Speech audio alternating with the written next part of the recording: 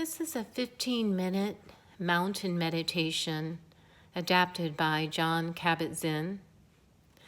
And this meditation is normally done in a sitting position, but make yourself comfortable. Pay attention to the actual sensations of contact, your feet on the floor, any body parts resting on the chair or the floor.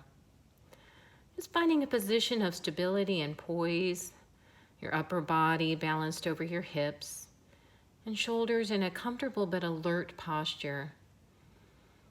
Hands on your lap or on your knees. Arms just hanging by their own weight like heavy curtains, stable and relaxed. And when you're ready, allowing your eyes to close, bringing awareness to your breath. The actual physical sensations as you feel each breath come in and go out. Letting the breath be just as it is without trying to change or regulate it in any way. Allowing it to flow easily and naturally with its own rhythm and pace. Knowing that you are breathing perfectly well right now. And there's nothing else you need to be doing. Allowing your body to be still and sitting with a sense of dignity, a sense of resolve, a sense of being complete, whole in this very moment, with your posture reflecting this sense of wholeness. And as you sit here, let an image form in your mind of the most magnificent or beautiful mountain you know, or have seen, or can even imagine, letting it gradually come into greater focus. And even if it doesn't come as a visual image, allowing the sense of this mountain and the feeling of its overall shape, its lofty peak or peaks high in the sky, the large base rooted in the bedrock of the Earth's crust, its steep or gently sloping sides. Notice how massive it is, how solid, how unmoving, how beautiful, whether from afar or up close. Perhaps your mountain has snow blanketing its top and trees reaching down the base or rugged granite sides. There may be streams and waterfalls cascading down the slopes. There may be one peak or a series of peaks, or meadows and high lakes.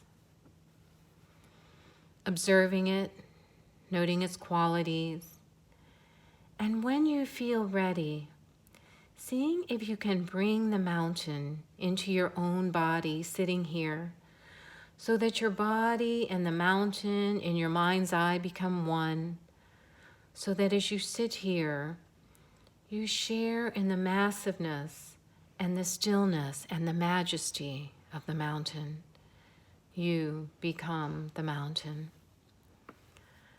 Grounded in the sitting posture, your head becomes the lofty peak, supported by the rest of the body. Your shoulders and arms are the sides of the mountain. Your buttocks and legs, the solid base, rooted to your cushion or your chair, experiencing in your body a sense of uplift from deep within your pelvis and spine. With each breath, as you continue sitting, become a little more a breathing mountain, alive and vital, yet unwavering in your inner stillness, completely what you are, beyond words and thought, a centered, grounded, unmoving presence. As you sit here, becoming aware of the fact that as the sun travels across the sky, the light and shadows and colors are changing virtually moment by moment in the mountain stillness, and the surface teems with life and activity, streams, melting snow, waterfalls, plants and wildlife. As the mountain sits, seeing and feeling how night follows day and day follows night, the bright warming sun followed by the cool night sky studded with stars, and the gradual dawning of a new day. Through it all, the mountain just sits, experiencing change in each moment, constantly changing, yet always just being itself. It remains still as the seasons flow into one another and as the weather changes moment by moment and day by day, calmness abiding all change. In summer, there is no snow on the mountain except perhaps for the very peaks or in the crags shielded from direct sunlight. In the fall, the mountain may wear a coat of brilliant fire colors. In winter, a blanket of snow and ice. In any season, it may find itself at times enshrouded in clouds or fog, or pelted by freezing rain. People may come to see the mountain and comment on how beautiful it is, or how it's not a good day to see the mountain, that it's too cloudy, or rainy, or foggy, or dark. None of this matters to the mountain, which remains at all times its essential self. Clouds may come and clouds may go. Tourists may like it or not.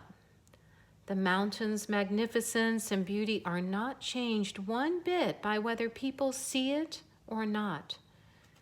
Seen or unseen, in sun or clouds, broiling or frigid, night or day.